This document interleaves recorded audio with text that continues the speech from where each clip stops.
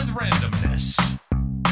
With your host, the clergyman for the common man, Pastor Tim.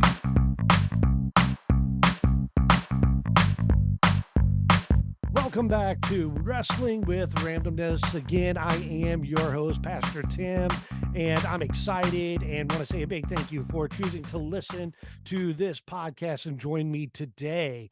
Again, I encourage you to join the congregation by clicking the like or the subscribe, follow button in whatever platform or whatever format you choose to listen to us today. That would be an awesome way to just join our congregation of listeners. Well, today I'm excited because, as you know, I have a wide range of things that I'm interested in. And I don't know if it's ADHD or just being passionate about a lot of subject. For some, it may be, you describe it as fear of missing out or just wanting to experience as much of life as you possibly can.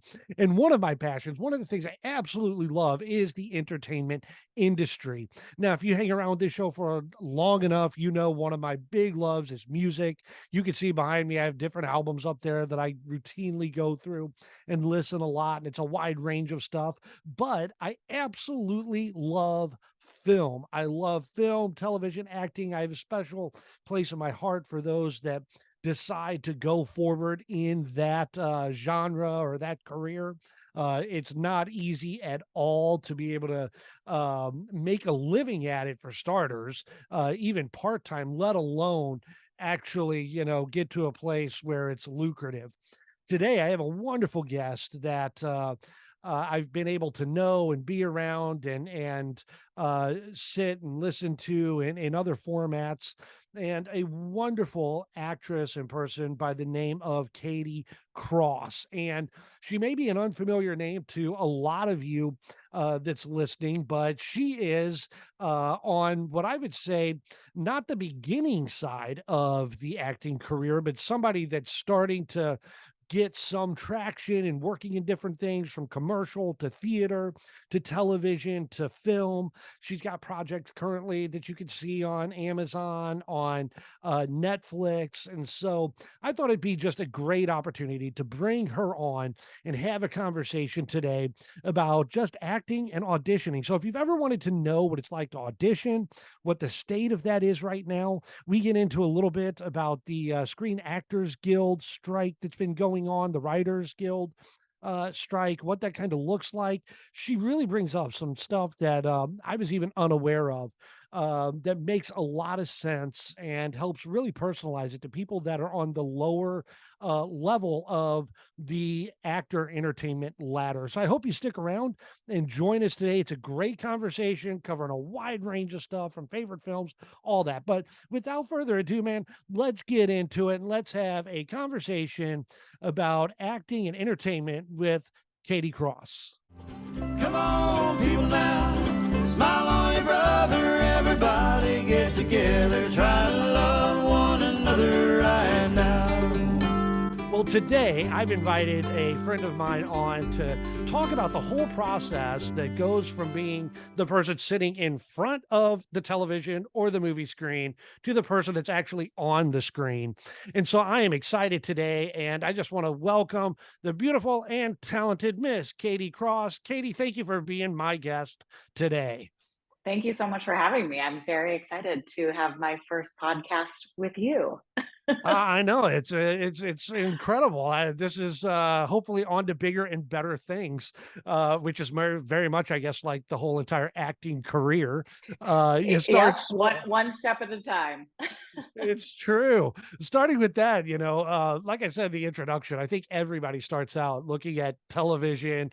I know for me, it's cartoons, watching cartoons and falling in love with animation, and then it just develops. And I'm sure everybody has their own story. And to kind of get our conversation started today, what was your foray into falling in love with the medium of acting and just as a whole? Lord of the Rings. You shall not pass! To be perfectly honest, it's the first real movie experience that I can remember going to and just being mesmerized by the storytelling and the costumes and the orcs, the elves, it just was like a totally different world. And I thought, how cool would it be to do that? And I went to go see Lord of the Rings in theaters at least a dozen times. That was back when movies were $5, so you could actually do that. But I just loved it. And I didn't come from a family that was into acting at all. My dad was a lawyer, my mom was a flight attendant. They had no idea how to facilitate their young daughter's love of acting. So I just admired it from afar for a very long time. Yeah, the first Lord of the Rings, I mean, goodness, man, Peter Jackson, he comes out with that trilogy, and it took him to, I remember it finally, Return of the King finally wins the Oscar for Best Picture of the Year, which was like a consolation prize because it probably should have been Fellowship of the Rings at that point. So good. They're like, okay, it's all one big film. And the Oscar goes to, it's a clean sweep. The Lord of the Rings, The Return of the King. Yeah, you have to watch it. You have to dedicate a weekend, extended editions. Exactly. Extended edition on everything when it comes to Lord of the Rings. I'm a huge fan, own all of them myself. Me too. I have a tattoo. I have a Lord of the Rings tattoo. No, see, you're going way further than I am. Yeah. I mean, that is complete fandom Dedication. right there. But I think it goes back to that question of like what really inspired me. And I think that movie had so much to, those movies had so much to do with that love of acting and storytelling. I think too. I mean, speaking of that, like going off on a tangent here with Lord of the Rings and nerding out for a moment, is the fact that it had so many talented people that were involved in it. It wasn't just, I mean, it's a true ensemble piece. Like if you watch like Mission Impossible, or even like the latest Top Gun, it's like a Tom Cruise film and it's going to be the focus. With Lord of the Rings, it is an ensemble masterpiece where tons of people have a chance to shine. And I think that's one of the things still holds up. So. Oh, absolutely. Yeah. And it's still, I mean, I think the costumes and the makeup that is just incredible. And I think that really gave those actors an opportunity to harness those characters. It really is just an incredible film. Yeah. I guess I've always put, and it's a question that I ask whenever talking about film or anything, is the Mount Rushmore question. Everybody either they come up with a Mount Rushmore of everything. So it doesn't matter what topic that I discuss on here. I always ask the Mount Rushmore question. And the Mount Rushmore question I was going to ask you is your Mount Rushmore of favorite films. I know for me, the first Lord of the Rings, The Fellowship of the Ring, is definitely one that I find on mine that I can watch over and over and over. And by the way, if you're listening or watching this, we did not plan to talk about Lord of the Rings. It's all it's just all on the cusp of things. But another one that I absolutely go to back all the time is The Godfather. You can act like a man. What's the matter with you? I just love that. So those are a couple of my Mount Rushmore. 4 films, Katie, that you go back to over and over and over. I mean, obviously, Lord of the Rings, Return of the King. I have to agree with the Academy on that one. I love Dirty Dancing. Nobody puts baby in a corner. How could you not? That Patrick Swayze, just chef's kiss. Empire Strikes Back on the nerd train. No! And I love this whole Star Wars trilogy, and Empire Strikes Back really was phenomenal. And then finally, it's between Jurassic Park, Princess Bride, and Moulin Rouge. Oh, so I could not decide. You're getting into like the musical side of things. I think for me, if I had to choose out of those 3, now I do own like a special edition of Princess Bride. Inconceivable. Partially, I mean, Andre the Giant's in there, and that's interesting. But Moulin Rouge, man, the soundtrack alone is phenomenal. Yes, and it's Nicole Kidman and Ewan McGregor and Baz Luhrmann as the director. It was just dazzling to watch. I think like Michelle, my wife Michelle, by the way, too, Katie, and that's how I met Katie, is through my wife Michelle. They used to work. Hey, Michelle. she'll be listening and watching for sure. But newsflash, when people are starting out in acting or they want to pursue that, newsflash, you're usually working a second job, a third job, whatever it is. That just comes with the territory. And they were working together, and that's how we ended up meeting. But Michelle and I were in France. So one of the things we wanted to go to, Moulin Rouge, the actual place we never got to, and it's always been a huge regret. So we got to go back over there just for that. And that's one of her all-time favorite films. So No we kidding. have it. Yeah, she absolutely loves it. And yeah, many a times putting it on, you'll hear it just playing around the house, and that Willy Wonka. So it's always a battle for those things. I told her recently, I said, man, I am yesterday, literally, we were out, and I said, I am in a Stanley Kubrick like mindset right now. I said, I got to start watching Stanley Kubrick films again. So Open the pod bay doors, Hal. I'm sorry, Dave. I'm afraid I can't do that. it goes all over the place. But with the Mount Rushmore of that, you decide to go in at some point, you're going to move from like watching film and start acting. But who would you say some of your influences are from an acting standpoint? Natalie Portman is the first one that comes to mind. I have been watching her since I was young and watching her trajectory as an actor, and I've always found that. So yeah, Natalie Portman I think is phenomenal. I think both the way that she keeps her personal life to herself, really selects films that are poignant. Love her. I love Kate Winslet. I think everything that she represents within the industry is really important. And then Nicole Kidman. And I think that goes back to how versatile she is as a performer. I think, going back, I remember like Natalie Portman as a child actress. I think it was, I want to say Leon the Professional. All we do is work. We need a break. Let's play a game. I think is the first thing that I remember her being in. And they're going way back. And then I go, okay, here she is as like a child actress. I remember when they announced, because I didn't follow her career. But then when she came out with Star Wars and did that, and I was like, that looks like that kid that was in Leon the Professional. And it was, and it's so bizarre. So to see somebody come along like that is amazing. And Kate Winslet, I mean, yeah, what a Mount Rushmore of an actress that covers everything under the sun is amazing. To that, I remember just I think like probably 90% of the audience, Titanic being the massive breakout. It's just amazing. I'm flying. Jack. Eternal Sunshine of the Spotless Mind. Oh, I love that movie. One of the best movies ever.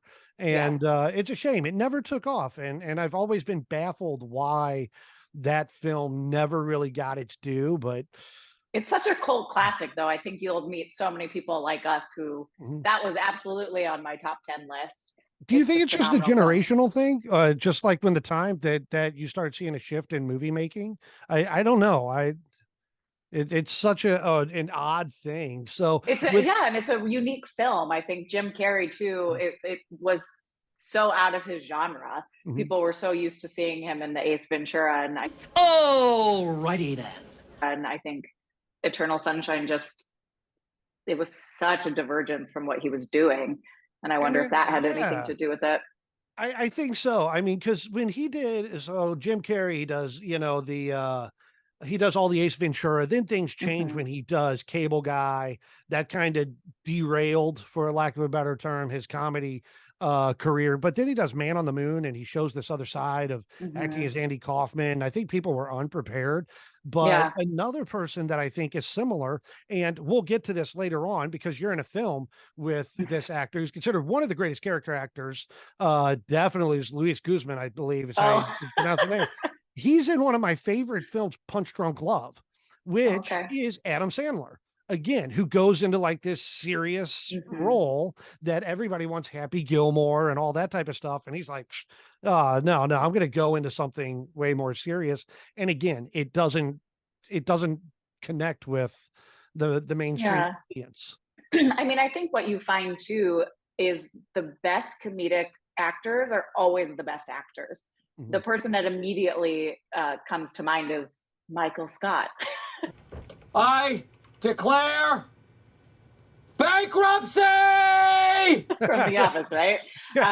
No, but Steve Carell is an incredible performer. And as he's broken away from that comedic genre.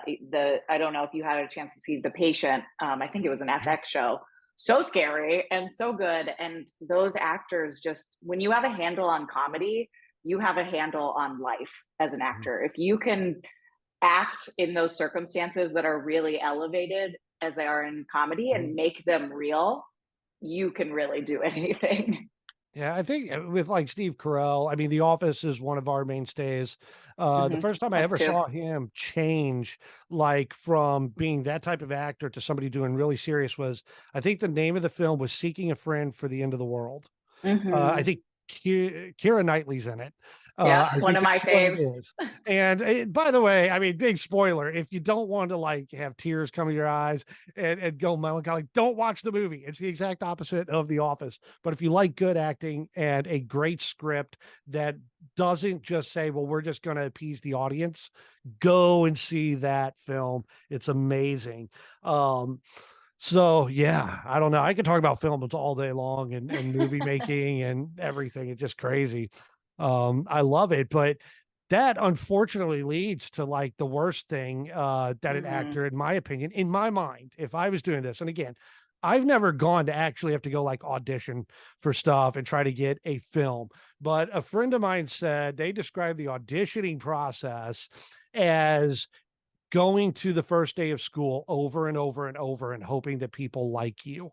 And they said that is the experience they had. They said, so every time I go to an audition, it feels like the first day of school, hoping they like me. And you have, I mean, you've auditioned, you've done a lot of different things, from Yeah. commercial work to stage and theater, Mhm. to TV, film.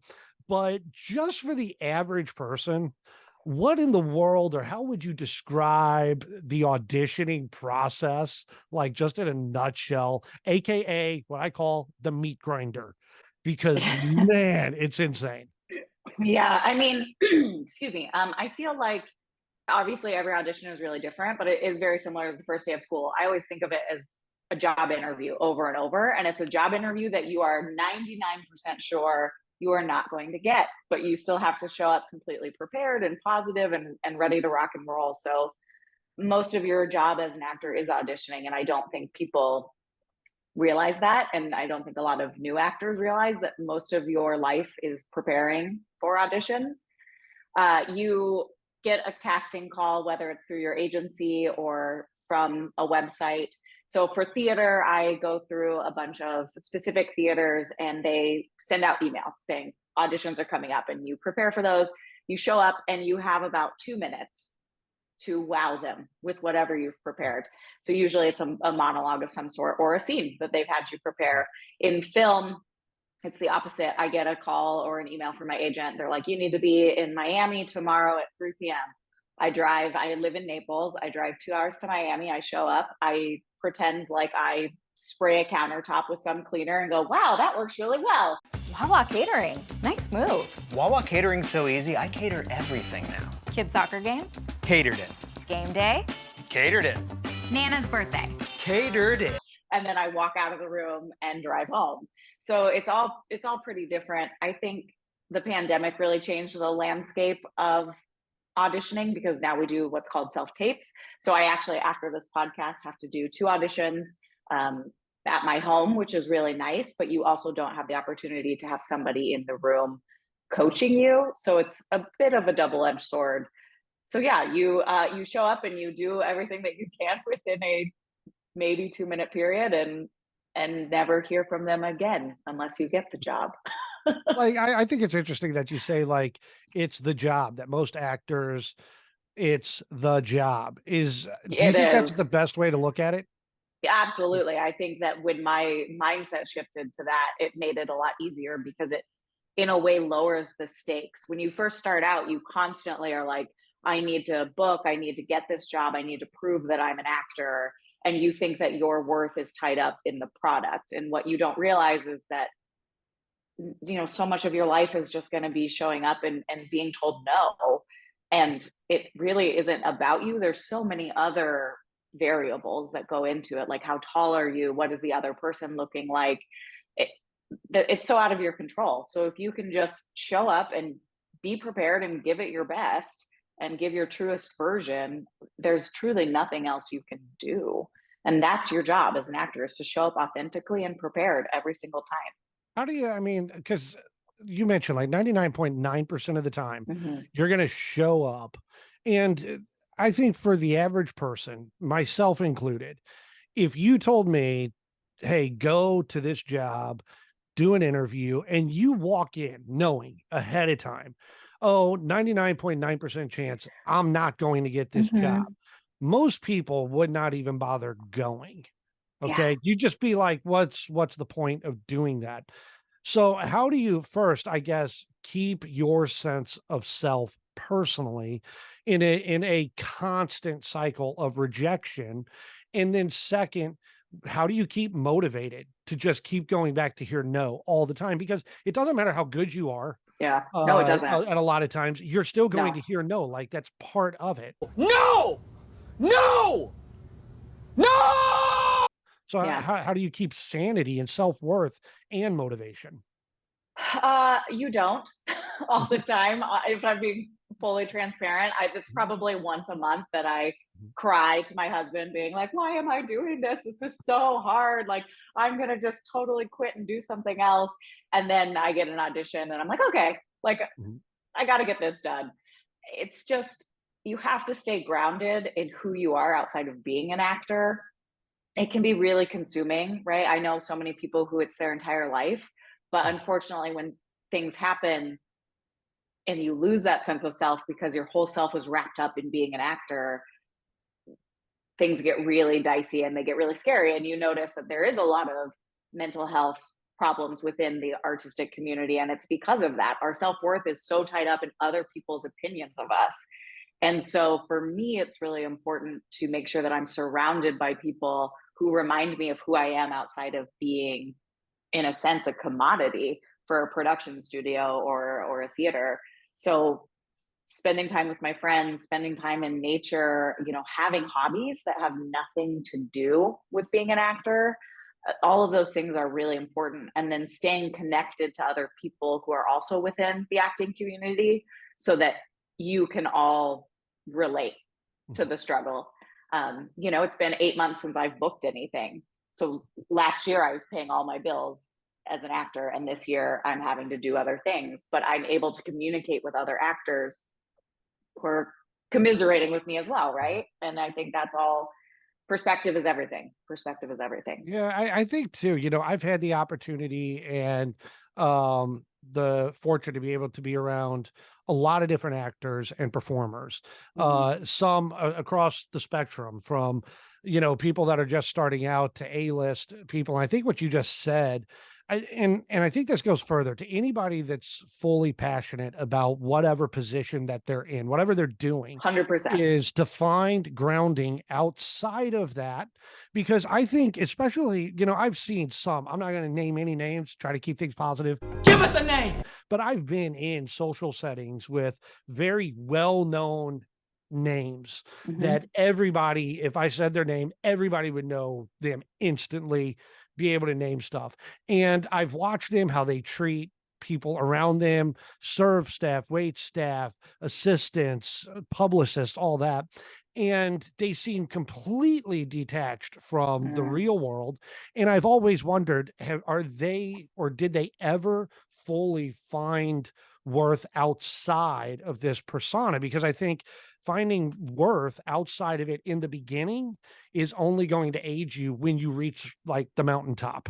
Because if you're not grounded and that's all there is, I think you can lose your sense of self-worth, both on the bottom, saying, man, everybody rejects me, so my worth is based in that, or, oh, I'm so great because I'm so successful, and and now that's my self-worth. Meanwhile, everybody really actually hates you because you're a jerk. They just won't tell you that. So your self-worth is warped on both sides. Well, and there's also the finish line always moves. It always moves when you're in a creative industry. So even when you're at the top, there's always something else that you want to be doing. I'm sure if we were talking with Tom Hanks, there's something that he hasn't done that he feels like if he could just do that.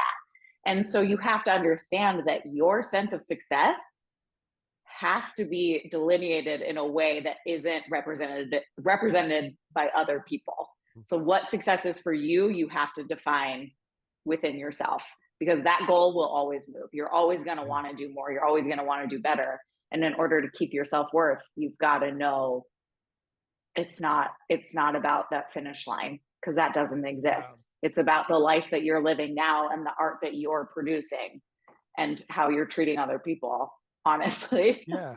I think, I know for myself, even being in pastoral ministry, which obviously, you know, that's what I do day to day. And one of the things that I try to remind myself as well is tell other people within the congregation, and because I do think it applies in every area of professional, even if you're a car salesman, insurance salesman, but if you're just starting out at a Starbucks, whatever it is, if you are somebody that is wanting to have upward momentum, I think the biggest thing you have to realize is do not judge your starting point by somebody else's finishing point.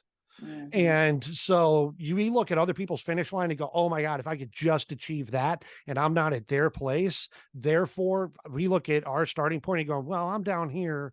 Stop comparing your starting point to somebody else's finish, and just run that race that you have and be inspired by that, but don't compare to that. And I think, like, through the auditioning process and acting, I don't know how you do it. You know, because like I said, in my mind, it's a constant state of rejection. I know what it's like to get up and preach a message, and right after I'm done, there's those people that come up and go, "Oh man, great message just for me." And then, yes, I get those people that are just like, "I disagree with that. That was horrible. And I was so bored. Yeah. You need to be faster, do this." So I'm just like, you know, it's insane. So, you know, I admire the tenacity of anybody that is able and willing to do it, like yourself. And it's definitely stubbornness. You have to have be stubborn. You have to have a certain amount of, like, I'll show you, because it's exhausting. And like, I want to say that I'm positive all of the time, but I'm simply not. I'm guilty of comparing myself to other people and wanting to be at a different spot in my career. And it's just grounding myself back out and understanding my path is not anybody else's. And so to compare would do no one a service. So I've got to just keep going, keep waking up. I think that's the crux that I hope people take away from our conversation today. One is the acting side, but also the pushing forward. You mentioned, like, during COVID, obviously the entire movie industry shut down. Film, entertainment, it didn't matter whether it was live, you know, theater, things like that, everything just changed. And you mentioned that the auditioning process changed to self-tapes. First off, what is a self-tape? Can you explain that for somebody? Because that may be if people hear audition, but now you're doing self-tapes and it's changed. Yeah. What is that process even like? And how do you even judge success? I don't even know if I'm answering it the right way. Like, when I'm in a room with somebody and I'm talking to them, I can see their reaction. The self-tape, how are you even reacting? And you have to do that. It has to be your own measure. You know, I can look back at self-tapes that I was doing at the beginning of pandemic and see what I'm doing now and be like, oh, look at that. That's progress. So that's great. Like, good for me. So yeah, a self-tape is, you'll get instructions. It'll just be like, you're going to put yourself on camera. So I just use my phone, and we want you to, like the one I have today, it's like, you're going to set it up so that you're framed like this, from the top of the chest to the top of the head. And you're going to say your name, you're going to say your agent, you're going to say where you live, you're going to say your height, and then you're going to tell us 3 things that are interesting about yourself. And so then you'll do that. And then they'll be like, and now we want you to pretend to wash a dog. And then you just have to sit in your room, like, pretending to wash a dog. And then if there are lines, you have to, like, pretend to wash the dog and be like, you're so dirty, Scruffy. Like, and you are ridiculous. And my dogs stare at me when I do these self-tapes at home, like, what are you doing? And I could show you some self-tapes that are outrageous, ridiculous. And you can't take yourself too seriously. The good thing about self-tapes is you can do it as many times as you want. The bad thing about self-tapes is you can do it as many times as you want. You're your worst critic. So the rule I set for myself is I'm going to do it 3 times and I'm going to pick the best one. And then you have to be done. So yeah, it's just putting yourself on camera with the instructions that the people who are casting give you. That's a self-tape. Like if you keep doing self-tape, but I mean, that's a vicious cycle, because even Yes. if you're your own worst critic, at the same time, you're not in the mind of whoever's watching that. So it's like, whatever. So now that you said something, I'm just going to put you on the spot. You're auditioning. It's like, tell us 3 great facts about yourself. Katie, can you give us 3 great facts about yourself? Yes, I've done bungee jumping in New Zealand. I do Lyra, which is that circus performance where you lift yourself up on a hoop and do all kinds of shapes. And I have 3 rescue dogs. There you go. So you don't even have to pretend to wash a dog. You can just bring the rescue dog and actually do it. Although they're probably like, we stop after the 3rd bath. Well, I if did you a want to take- Chewy.com commercial, and my dog, I'm pretty sure, is the one who got me hired because I brought him in to the audition. You know, self-tapes, there's rules, but as long as you know what you're doing, there's also rules that you can break. And Right. so I just thought it would be really fun to actually have my dog in the audition. And he's so cute that I think he cinched it for me. That's much That's appreciated. awesome. Yeah, the Chewy commercial. And you can check that out. If you're watching the video version of this, you can check out the Chewy commercial right now. Good job, buddy. Good job. Step 2, find a quiet spot. A place where there aren't any distractions, including other pets. If they're still a little squirmy at this point and you need help holding on to them, wrap your cat in a towel like a burrito and expose just one paw at a time. It's a great way to prevent them from scratching you. If sitting with a cat in your lap won't work, try an elevated surface. Something like a padded ironing board could do the trick. See, this is education. It's not just about acting. It's not just about self-help. It's about like helping our little furry friends too, and do a little bit better. Although with our dog, I don't know, we need a lot of help with that, trimming our dog's nails, because he's not too good with that. Doesn't like it too much. But fast forwarding to the audition process, and you finally get the call, and I titled it like this: I finally made it. I'm getting paid enough to buy lunch. And because a lot of times your first times you ever get it, it's not like, oh yeah, what was your first job? Oh yeah, it was $1 million paying job. No, it's not. It typically doesn't work. Has it ever worked that way, as a matter of fact? Unless you're Orlando Bloom, who got out of acting school and in 2 weeks was cast as Legolas in Lord of the Rings. Unless you're him, no, it does not happen like that. So I think they're going to be remaking the Harry Potter franchise. So maybe that works. Though they got lucky too, you know. So it's like multi-million, but I mean, it doesn't work that way. But the first time you ever landed a part, what did it feel like, just to finally get the yes? I mean, it was so exciting. I was in acting school. I was getting my BFA in theater from University of Colorado, and I just signed with an agent in Denver, and I got cast in a car commercial, and I was 19, and I was going to go sell some Hondas. And I just remember thinking, wow, I made it. I did it. You know, called my dad, like, look, Dad, I'm going to be on TV. And it's so funny to look back at that now, of like, again, how far I've come and how exciting that was. And now I did an AutoNation commercial, and I was like, oh, can't wait for the next thing. And it's so funny. And so you have to kind of hang on to those pure moments of like how excited 19-year-old Katie was to do this local car commercial. That paid for some textbooks and, you know, probably something else that we can't talk about on a podcast. So that's your first like paid gig. And I guess I kind of skipped over, what was the first time you remember acting in anything and just being like, all right, I'm going to do this, where you got that bug? I mean, I think it was always in me. I just loved watching TV. I was kind of a lonely kid. I think naturally artists are really introverted and really emotional and really in our heads. So I think I had already wanted to express myself in that medium, and I just didn't know how. I wasn't exposed to it. In middle school, you know, I feel like it's obligatory that everybody has to do a play. I think everybody has done a play in middle school. So I auditioned for A Midsummer Night's Dream, and I played Titania. And I remember thinking, this is really cool. And it was Shakespeare, and I still have an affinity for Shakespeare because of it. So that was like the first role I really remember. And then I took a hiatus for a really long time. And then I went to college, and I was like, I'm going to be an actor. And my dad was like, okay, yes, and also get another degree. So I also got my degree in broadcast journalism because no one believed that I was going to actually do the acting thing. You can do it! Are you doing broadcast journalism too, still on the side? No, See, I didn't Dad was even wrong. remotely want to do it. The thing that has been helpful though is, speaking of like other jobs, it is really important for actors to have other skills. It's necessary. And I think that there's a common misconception that actors, unless you're paying all your bills as an actor, you're not successful. You aren't worth anything. And that's just so far from the truth. To be a working actor is to be multifaceted. You see so many actors, even the very successful ones, move into producing and into writing and into directing because we need to make sure that we're always fluid and we're always willing to adapt.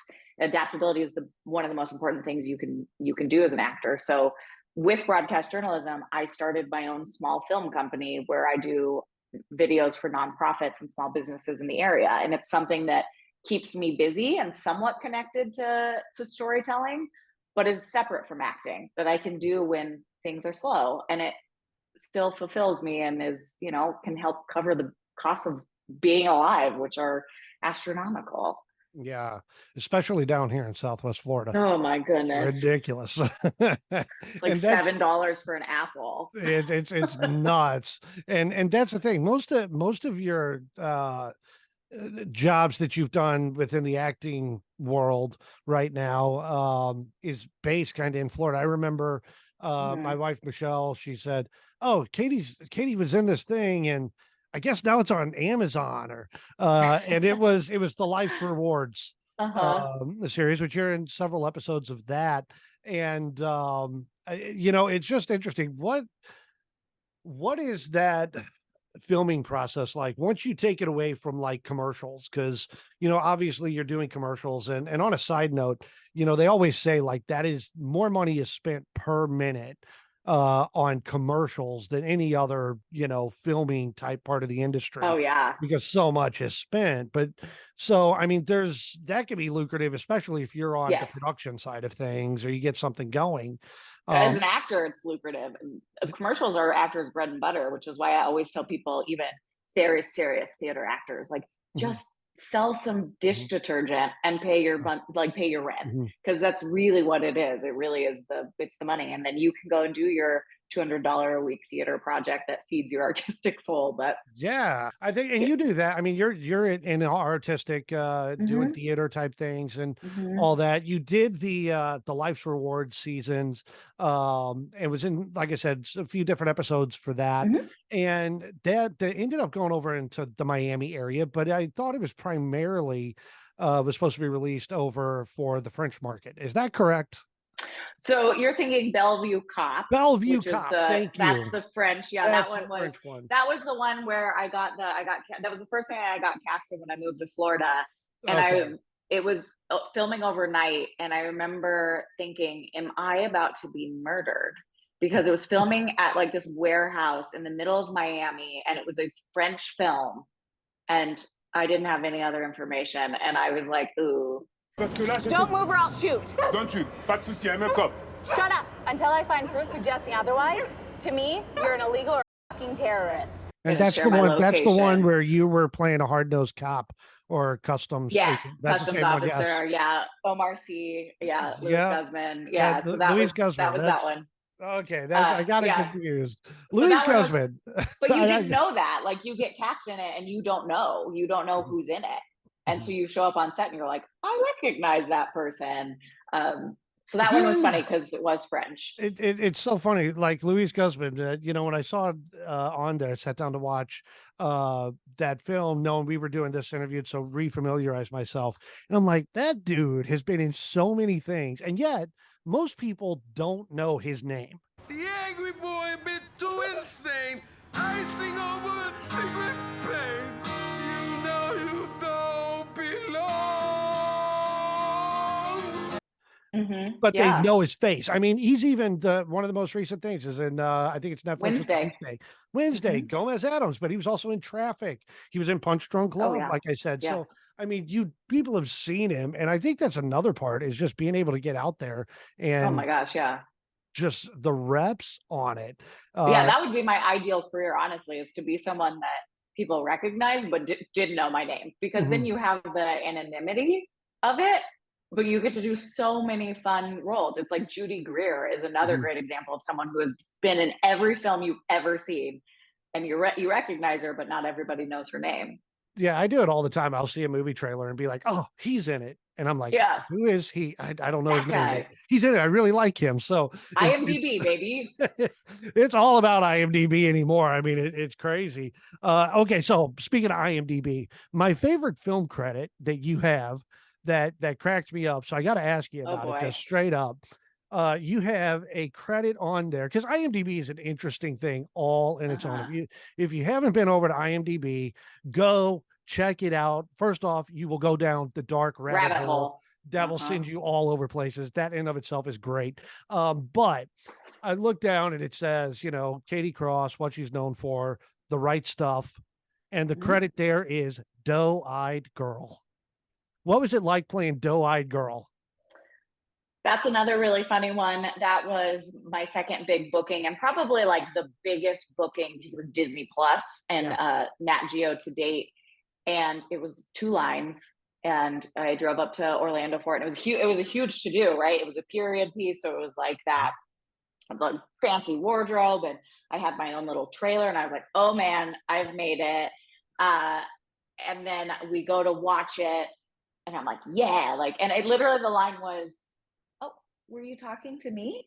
That's it. That's all I did. I like sat in a bar and had this, and the performer gave this beautiful, James Lafferty gave this beautiful monologue about space and whatever. And then we go to watch it, and I was completely cut out of the, of the whole show. So I'm not, I get the credit, but you cannot find me on The Right Stuff. It's It Doe-Eyed was a Girl. great Yeah. experience. But that's the other thing people don't realize is there's things that you do that will never see the light of day. I'm on the cutting room floor at Disney. Cut it out. Doe-Eyed Girl, never to be seen. I looked at it. It's like, well known for it. I was like, well, you've done all these other things. There's so many more lines, and yet they have it as Doe-Eyed It's Girl. because So it's the big one. it's It's Disney. the biggest production. It's Yeah. Disney. Yeah, it's Disney Plus, and like even having that on my resume alone is like it bumps you up. And even again, even though I wasn't even technically in it. Which I think also too, it's like it's probably the idea of, okay, this company has backed you in some format. Yeah. So it's their stamp of approval that they saw something, regardless of what it is, to cast you and take that. And that brings credibility in and of itself. That's so much of the acting journey of, it's not just auditioning, then it's building those credits and building that reputation. And it really is, the more credits that you get, the more trustworthy you are, the more people are willing to take a chance on you. But it's really hard building those credits. And I know, like, right now, the industry is obviously in a massive state of change. Yes. And it's fluctuating all the time. I know Disney's been one of the ones that have been a big lightning rod. Bob Iger, Oh the yeah. CEO, for statements, regardless of if you're listening, regardless of whether you're on a studio side and acting side, the reality is there's some pretty serious stuff that has to be worked Yeah. out, no matter what side of the fight you're on. But the industry has changed, and It has. Streaming has just totally changed the landscape, and we have to adapt to it. yeah. What are you worried about AI? I mean, that seems to be like the big conversation now, is because the Writers Guild is on strike. Obviously, the Screen Actors Guild is on strike. The concern from the writers, especially, which I see from them, is if you're going to have Chat GPT just bust some stuff out, then what are you doing with that? So obviously there's concern, but now you've got AI with taking digital faces and manipulation and all of that type of stuff. Where do you think all of this ends up heading as far as just the AI side of things? Do you have any opinions on where it's going?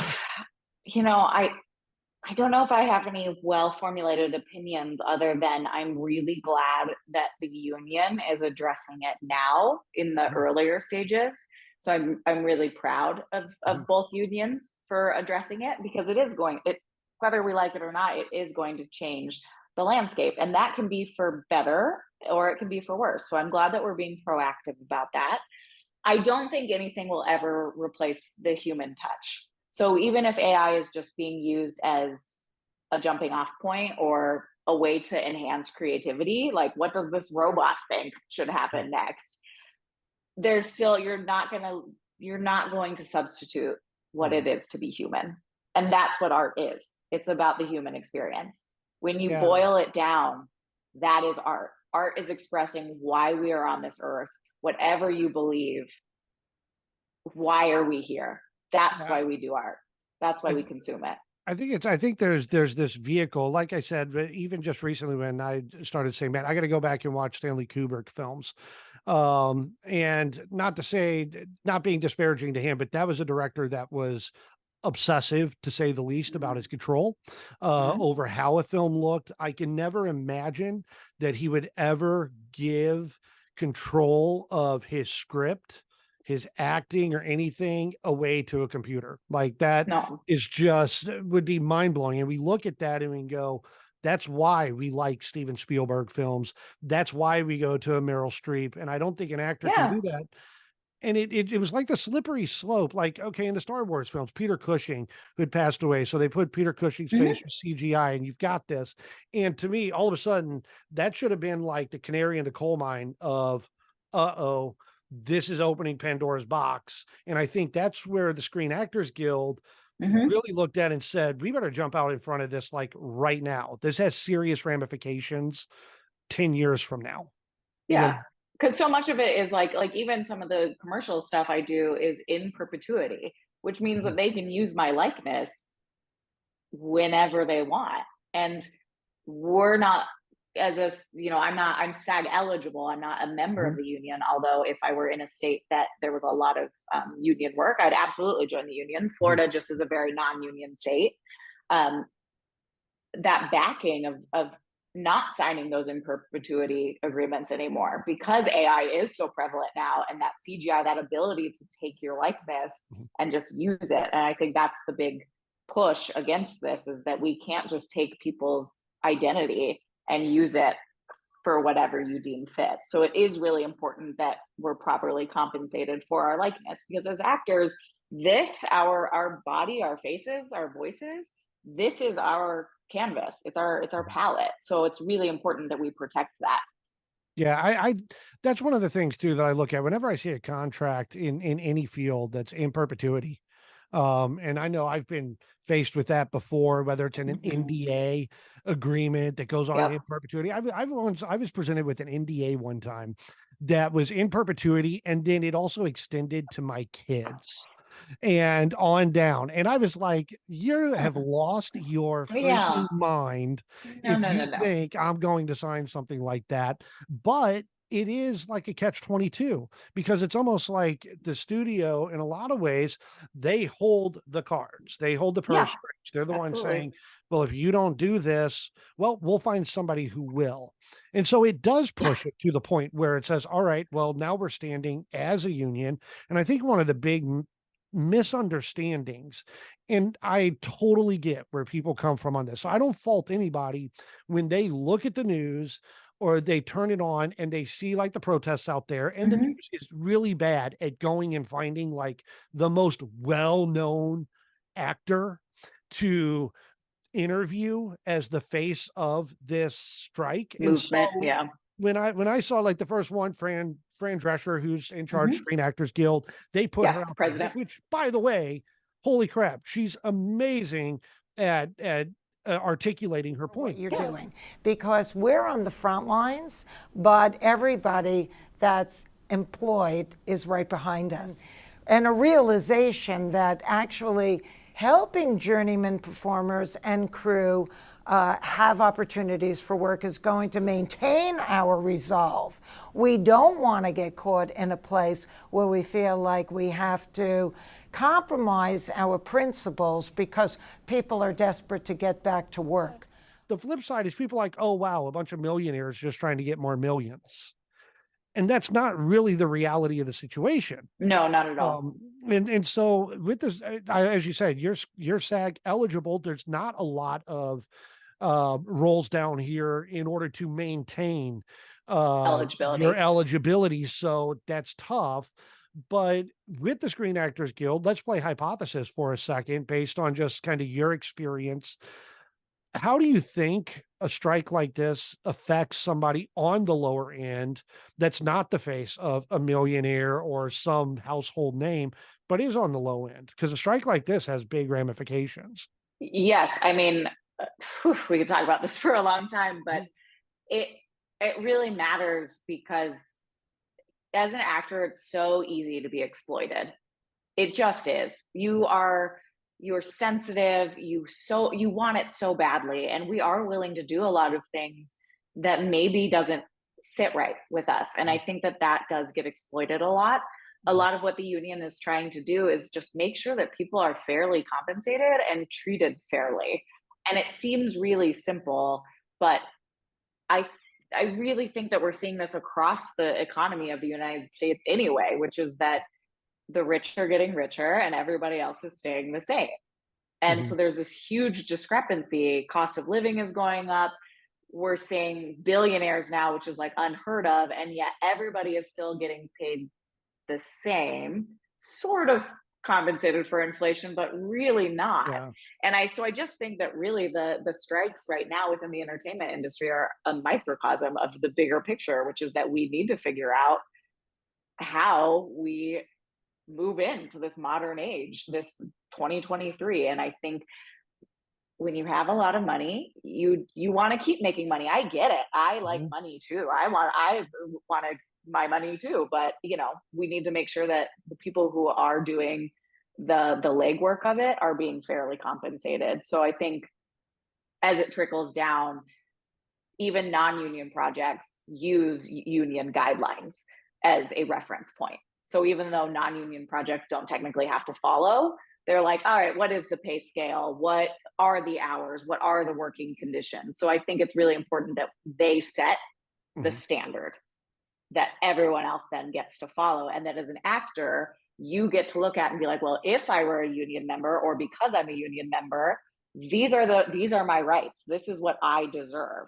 And it's really important for somebody who is maybe not as confident in their abilities to have something concrete that makes them feel that they are worthy and they are able to stand up for themselves. I think all that is spot on because one of the things too is the people that have come before that are in a position now to do something, they do have responsibility, whether they want it or not, Yes. whether they believe in it or not, to help set up an ethical system for those that do not have the power, Yes. that are on the lower end to come up into a system that's more fair and equitable. I know here in Naples, and I know there's going to be people here in Naples that are going to disagree with me that listen to this. Too bad. My show, get your own podcast. I go to like the city council meeting Mhm. and have been going there for years. And I usually go in my pastoral role. And when I'm there in my pastoral role, I don't speak on any policy. I don't endorse any position down there whatsoever. I'm there to be somebody that does invocation, that's there to help from the spiritual needs of every council member and support them in any way I can from that aspect. But that has afforded me the opportunity to sit in on a lot of those council meetings and Mhm. listen. And having been here now for several years, and hear the same thing come up, such as affordable housing. For Mhm. instance, we have no affordable housing. And I remember there was a county commissioner here that I always loved when this person, I'm not going to name names, but I love when this person would come over to the city. I would just sit there and people would be with me for the church. As soon as I got up to smoke, I would instantly go, get ready for fireworks. I like, because this person's going to blast them over this. And they would say things like, you want these people to serve you your food, to mow Mhm. your lawns, trim your trees, take care of you when you're sick, but you don't want them to actually live here. Yeah, you don't want to see them. That's right. And that's not an equitable way, nor is that a way that's long-term sustainable. Uh, No. no matter how much they think it is. And within the movie industry, the film and entertainment industry, and I work primarily outside of the church. As far as entertainment, I'm way more involved in the music side of things. Mhm. And I see the exact same thing where Yeah. you have people taking advantage, and it just keeps going very, very top heavy. So I hope that through all this, that something happens that is a decent shift that helps people downstream quite a bit, coming up Yeah. into a position where they're protected more than what. Yeah. We already see with the interim agreement that just, I think, was signed on, I want to say August 23rd, but that might be wrong, but it was very recent.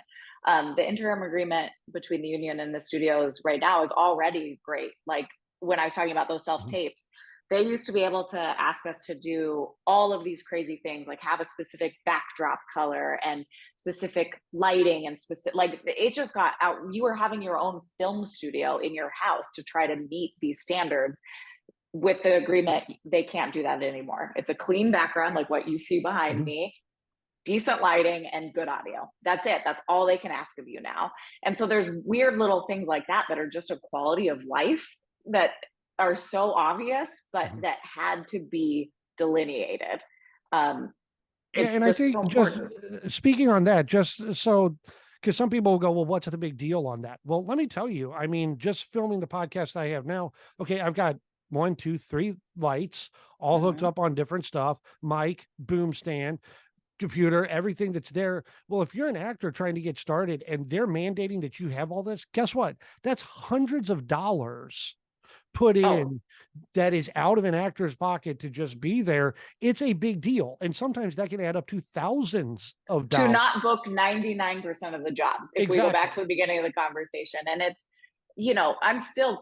we're still producing good work. It's just there's certain requirements that are just not necessary to ask of an individual. And it's another great example is I used to get 10, 12, 15 pages the night before, and I'd have to get them sent in.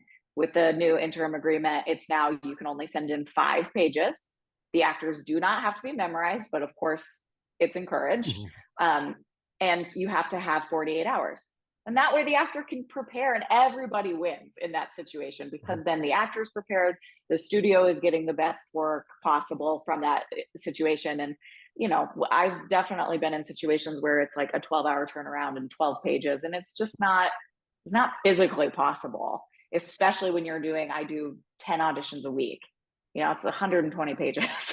Nobody has time for that. And that leads into kind of my next discussion point is one of the things that you do online that is always interesting is you try to put out pointers, tips via your Instagram and just different social media, and to just say, hey, this is, some of your self tapes or just pointers for auditions. Some of them are crazy. Some of them meant to be funny and different stuff for people to learn.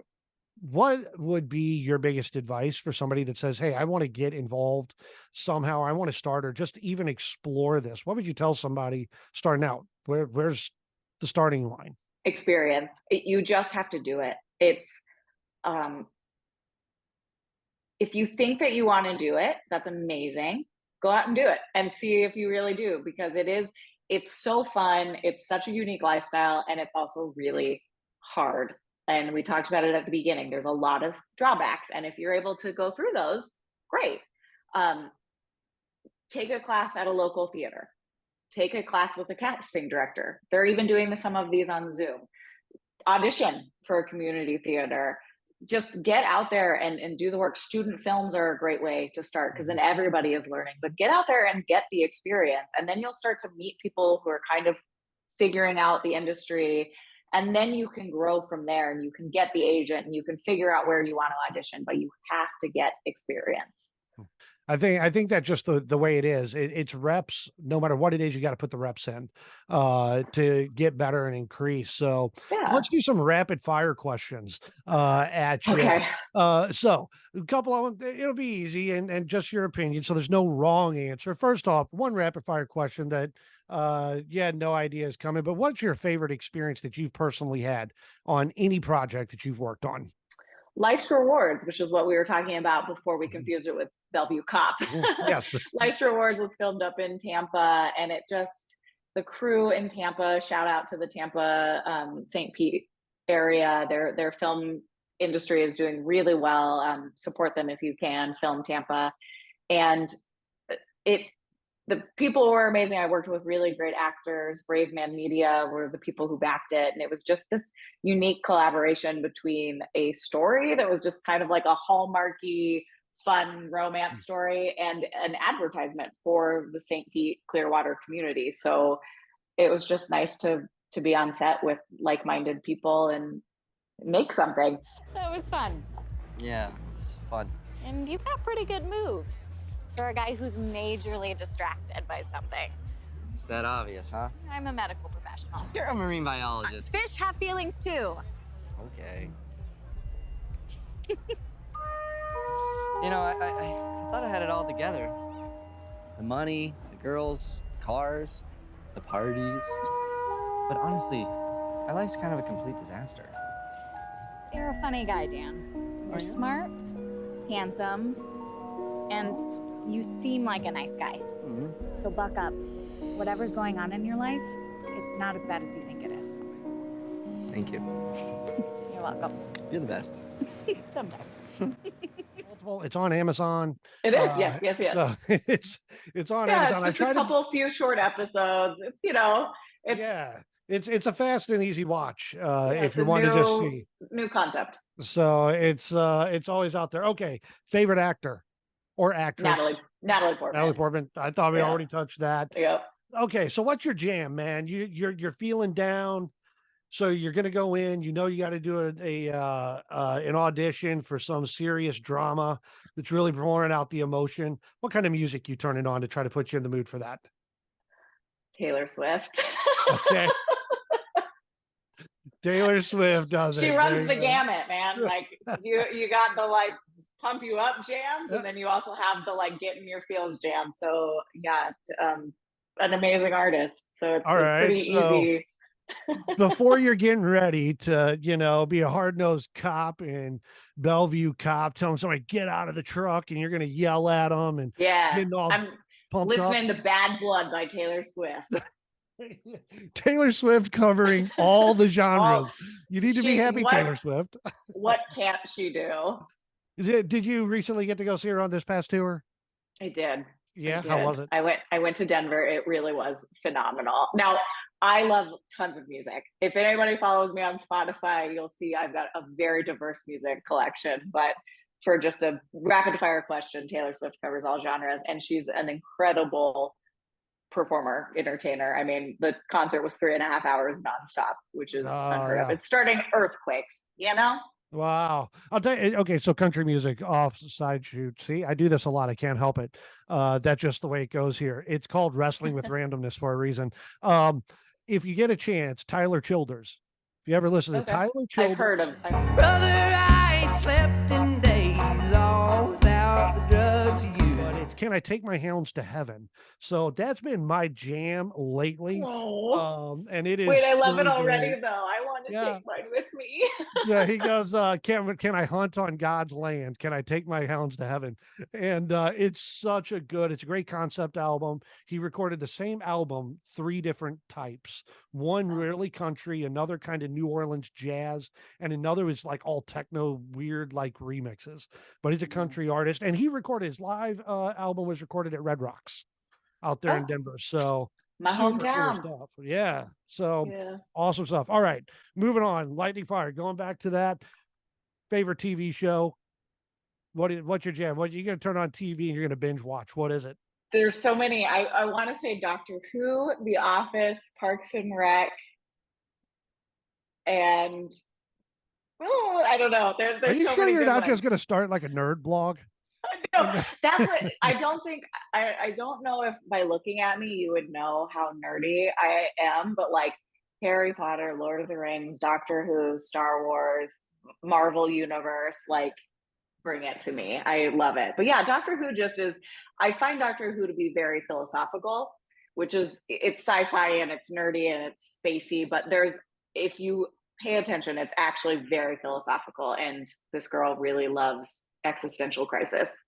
I tell you, a good friend of mine actually talking about auditioning and having like heartbreaking experiences was on the short list to become the female Doctor The Who. companion. And Oh, literally came down when they were going through that process of saying, we're going to do this. And going through that concept, they had narrowed it down to like 3, and she made it that far. And then she was gutted when it didn't happen. yeah, and Um, that's the other thing about this industry is like you you want things so badly, and it's you don't always get them, and you can get so close, and it is devastating. well, and for things like that, we always have our guilty pleasures to bring us back up. You got any guilty Man, pleasure? What is it that? yeah, I just did it last night. Dairy Queen Heath Bar Blizzard. So everybody wants a blizzard. I will do the blizzard thing, all right? And watching Restaurant Impossible with my husband and my dogs. There you go. There you go. That's some good stuff. I'm definitely the least cool person. Cool is what you make it. I've just revealed myself over the last hour to like have no game whatsoever. You have a very accomplished partner slash spouse slash husband. Thank you. I do. However you want to do it. He's a very, very talented guy. Yes. It's always cool on my part to be able to see him down at City Hall. He's one of the nicer people down there because believe it or not, when you go down there, some of those people, man, are really uptight. It's like, holy cow. And he's super, super nice, but Yes. he does a lot even here locally with like theater and being able to Yes. help do those types of stuff. And Yeah. I mean, the Naples Players is the organization that he runs, and that's another big part of my life that has changed how I view acting, which is there's all these really talented actors who are performing there as volunteers. And they were just people who realized that they wanted a different lifestyle. They didn't want the constant rejection. They didn't want the unknown circumstances. They wanted to have a family. They wanted to have a life outside of it. And then they're able to come to an organization that's, a multi-million-dollar organization, full stage, full costumes, everything, and perform and have community. And it's really changed my outlook on what success as an artist is, because all of those people are successful and they're doing something totally different. I think that's another thing too. If you're looking to get involved in acting, you want to get plugged into something, look and start. I mean, almost every town or city of any significant size has some sort of outlet, and there you can go. Yeah, you may not be able to be paid, but on something like that, but you could start and learn and then figure out right then and there, hey, do I want to do this? Yeah, it's so important. And like the Naples Players has people who went on to Broadway. They have people who came from Broadway. Like it runs the gamut. So it's like you never know what opportunity is going to lead to something else. So don't have an ego, bring that down and try something and just do it. And don't be afraid to fail, because you're going to fail. And so if you're able to get the experience at whether it's, a place like the Naples Players or in a class or on Broadway, like just do it and enjoy it and learn from it and then move on.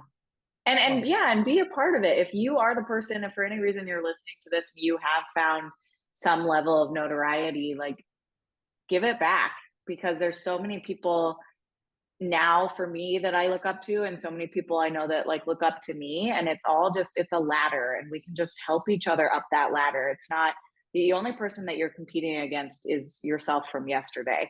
So help people out, and you just never know where that's going to lead you, and just do it because you love the art and you want to support how art is made. That's it. So for Katie Cross, what is going on next? What are you hoping to do next? Do you have anything in the pipeline that you're working on? How can people catch up with what projects you're doing? I know that you recently wrapped up a theater project. I think it was working with like a children's project. Am I right on that?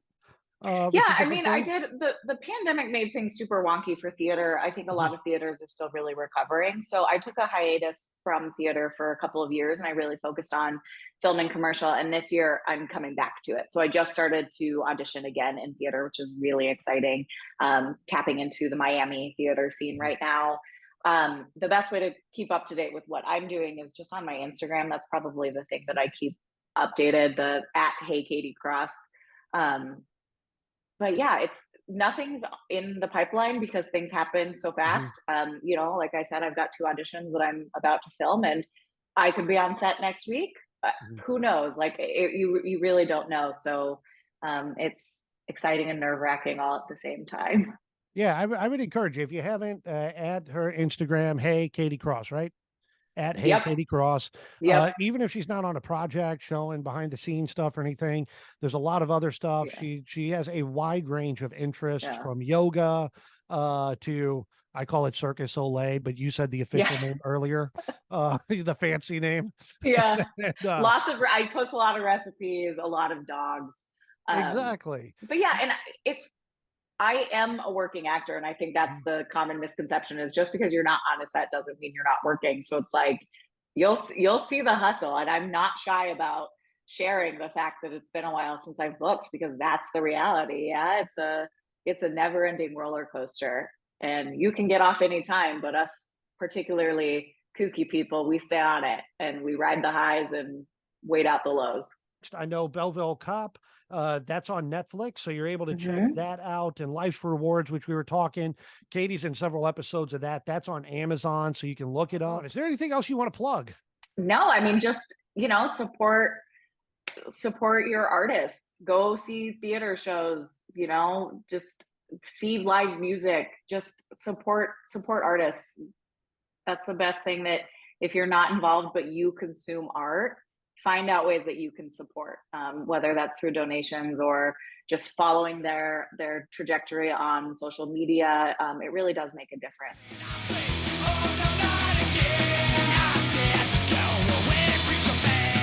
Again, I want to say a big thank you to Katie for joining us for a great conversation, covering a lot of ground on acting. Again, I do encourage you to check out what she's doing on social media. It's a lot of fun, and you'll get to see different glimpses of things she's talked about, from auditioning tips and posting a lot of just pointers on what she's been doing. Even some of those things she talked about, the pre-tapes, a lot of times she'll put different little blurbs of that on there, and it's just fun to get the curtain pulled back, so to speak, to look behind the scenes of an actor who's out there actually making a real concerted effort to be successful, whether that's in the commercial side of things, theater, or film and television. It's awesome. But one of the things that I couldn't help but think about, though, while we were talking, was just the idea of the need for constant approval in that business. So many times, 99%, you heard her say it herself, 99% of the time she goes in, she has an audition and never hears anything else. It's just rejection. And one of the vicious cycles that happens to us, I know I'm guilty of this a lot of times, is falling into the trap of just wanting to be accepted or liked. And if we're not careful, we find ourselves being chameleons, changing and transitioning and trying to mold ourselves into what other people, or what we think other people want us to be, or who they want us to be. And worse yet, to do what we think they want us to do. In that entire process, we end up losing out on who we really are. And I just want to encourage you today that, again, God created you as a unique individual with unique gifts. And you may say, well, Tim, you know, that's fine for you to say, but I haven't recognized my gifts. I don't have anything special about me. Well, I want to remind you that there are people in your life that are surrounding you that I will never have the opportunity to talk to. They will never have the opportunity to interact with me. I will never have the opportunity to influence them in any way whatsoever. You, on the other hand, are in the position to influence and to help encourage and uplift them, and even help them when or wherever they may need it. That is a gift in and of itself. And you know what? It doesn't come in the form of being a great actor or a great singer. God certainly knows I'm neither of those things. All it takes and all it requires is for you to say, hey, I'm ready, willing, and able. Whatever I can do, I'm going to be the hands and feet to whoever around me, my friends, my neighbor, the stranger. It doesn't matter who it is. I have been given a gift to be an influence and a force of positivity in their life. So you are gifted. The difficult part is being able to open our eyes and recognize it, and then having the courage to step out and do it. One of the biggest things that I do on a regular basis, for those of you that already believe in the power of prayer, and I know not everybody that's listening does, and that's okay, because you're on your journey, I'm on mine. But for those that are on the journey, believe in prayer. One of the simple things I've changed in my life is there's a lot of times people will say to me, hey, will you pray for such and such? They have a prayer request. Maybe it's for themselves, something that's coming up in their life, or a loved one. And this will happen anywhere. It can happen absolutely anywhere that I'm at. And a lot of times you go, okay, yeah, I'll pray. One of the big things I started doing was stopping right then and say, well, can we pray about it right now? You know, every time I do that, I have yet to be turned down by somebody that says no, they don't want it. If they're requesting prayer, they say yes. And right then and there, you have the opportunity, even if it's a simple prayer, to be able to encourage them. So again, as we close out another episode of Wrestling with Randomness, I hope you'll join us next time as we continue some random conversations with people with different life experiences. Again, you can get in touch with me through social media on X, formerly known as Twitter, at WWR Show, and touch base with me there if you got a question, a comment, or feedback that you want. And I'd love to be able to hear your thoughts on this. But until next time, be light into darkness. Remember that God loves you with an everlasting love. He always has, and he always will. Whether you believe in him or not, whether you serve him or not, doesn't change the fact that he loves you. Till next time, man, God bless.